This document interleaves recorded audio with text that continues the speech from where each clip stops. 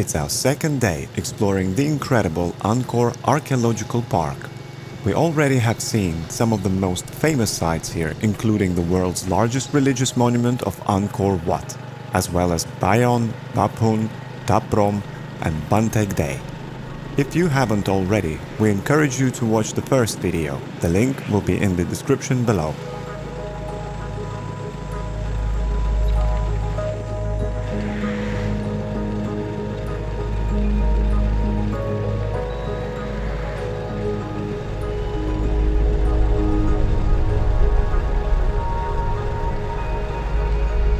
So we're visiting another temple, and this one is around the late 11th century. A Hindu temple of Prerup was built as a state temple of Khmer king Rajendra and dedicated in the year 961 or early 962 AD. This temple was dedicated to the Hindu god Shiva, and it's probably located on the former Shivaid ashram built by Yasovarman I in the previous century. Perhaps it was standing at the center of a new capital city built by Rajendra Varman with the new southern dike of East Baray as northern city limit, but none of the dwellings survived, and this eastern city hypothesis, which was proposed by Philippe Stern, was never confirmed by archaeological discoveries. The temple's name is a comparatively modern one, meaning turn the body. This reflects the common belief among Cambodians that funerals were conducted at this temple, with the ashes of the body being ritually rotated in different directions as the service progressed. Its extensive laterite and brick give it a pleasing reddish tone that is heightened by the early morning and late afternoon sunlight. Located just south of the East Baray or Eastern Reservoir, Prerup is aligned on the north-south axis with the East Mabon Temple, which is located on what was an artificial island in the Baray.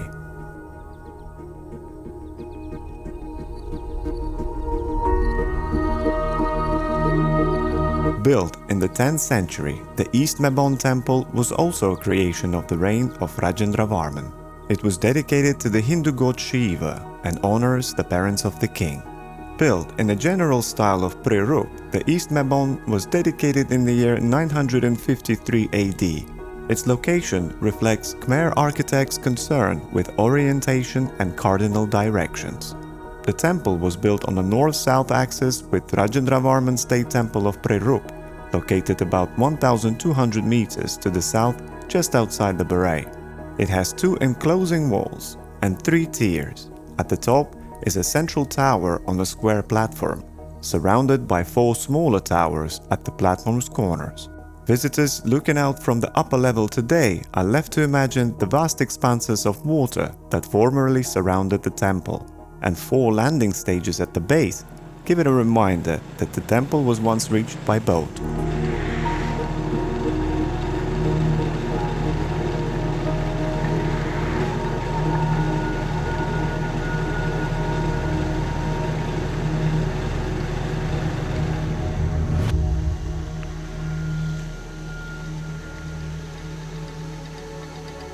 Built at the end of the 12th century for the king Jayavarman VII, the small temple of Thap Som was dedicated to the king's father, Dharanindra Varman II, who was the king of the Khmer Empire between 1150 and 1160. The temple consists of a single shrine located on one level and surrounded by laterite walls. Like the nearby Prae Khan and Thap Rom, the temple was left largely unrestored, with numerous trees and other vegetation growing among the ruins. According to the Apsara authority who manages the temples in Angkor Park, little restoration work had been done at Thap Som until 1950s. At that time, the teams carried out emergency stabilization of structures that were nearly collapsed. In 1998, the World Monuments Fund added the temple to their restoration program and began work to stabilize the structure, making it safer for visitors to explore.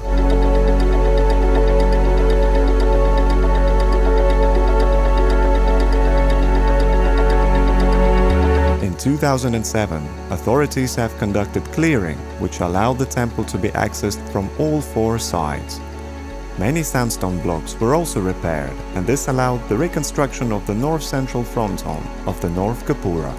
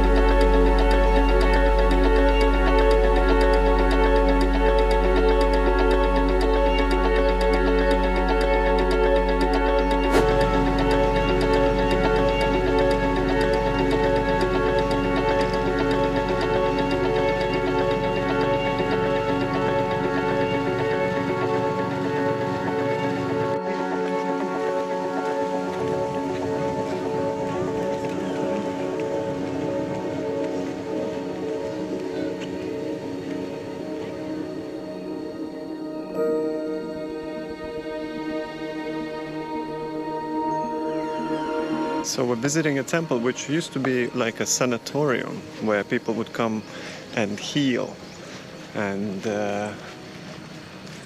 people used to bring whatever they had, rice, cows, whatever they could pay with, and they could get treatments here. Nikpin is an artificial island with a Buddhist temple on a circular island in Jayatataka Baray, which was associated with Phra Khan Temple, built during the reign of King Jayavarman VII. Some historians believe that Nikpin represents Anavatapta, a mythical lake in the Himalayas whose waters are thought to cure all illness.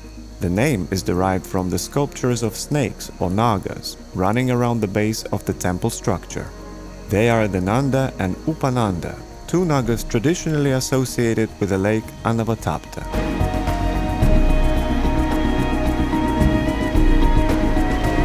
Nikpin was originally designed for medical purposes. Based on the ancient Hindu belief of balance, the four connected pools represent water, earth, fire and wind. The ancients believed that going into these pools would balance the elements in the body, thus curing disease. It is one of many hospitals that Jayavarman VII built during his reign.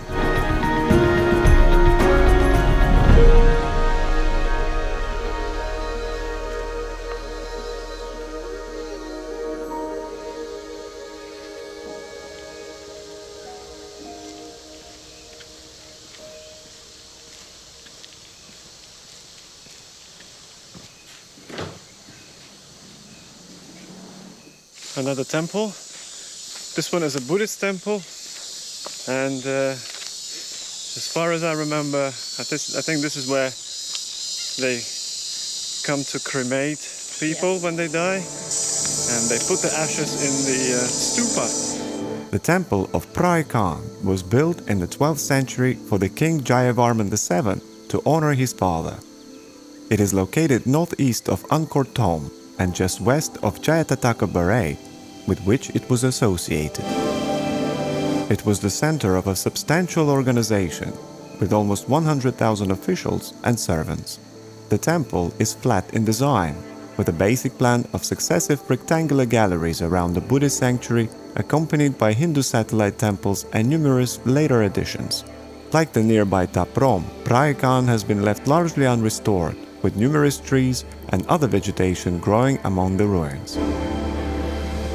Phra Khan was built on the site of Jayavarman VII's victory over the invading Chams in 1191.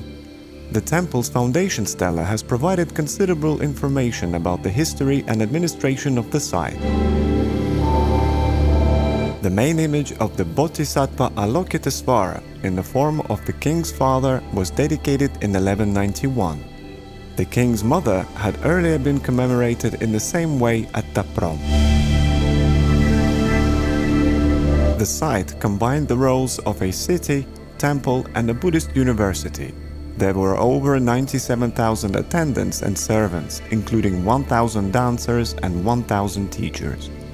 The temple is still largely unrestored. The initial clearing was conducted between 1927 to 1932, and partial restoration was carried out in 1939. Since then, freestanding statues have been removed for safekeeping, and further consolidation and restoration works have been carried out.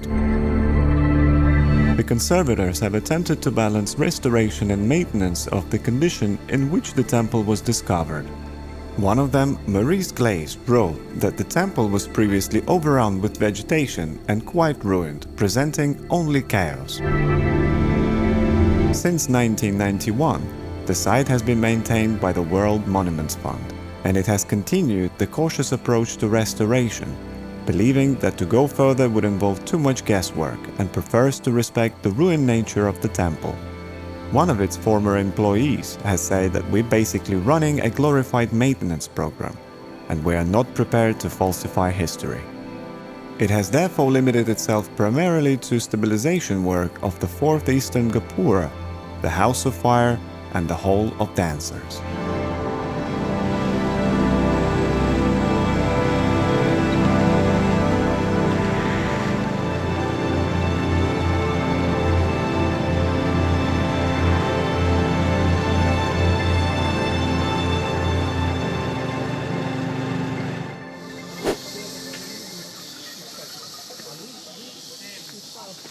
Last activity for today. Phnom Bakheng is the place we're going to see the sunset today.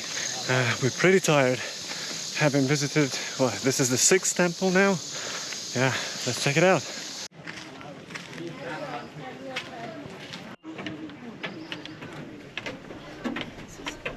More stairs.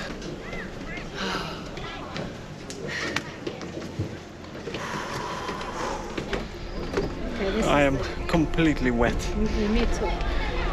Even my backpack, I think, is soaking wet.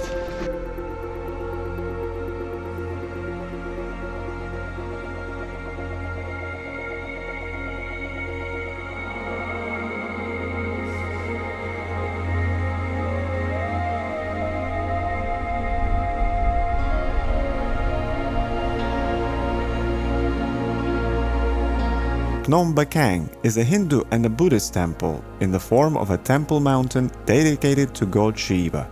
It was built at the end of the 9th century during the reign of King Yasovarman. Located on top of a hill, it is nowadays a popular tourist spot for sunset views of much bigger temple Angkor Wat, which lies amid the jungle about 1.5 kilometers to the southeast.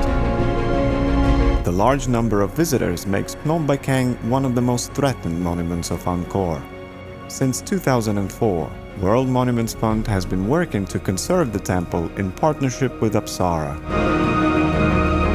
Constructed more than 2 centuries before Angkor Wat, historians believe that Phnom Bakheng was the principal temple of the Angkor region. It was the architectural centerpiece of a new capital city that Yasovarman built when he moved the court to this area.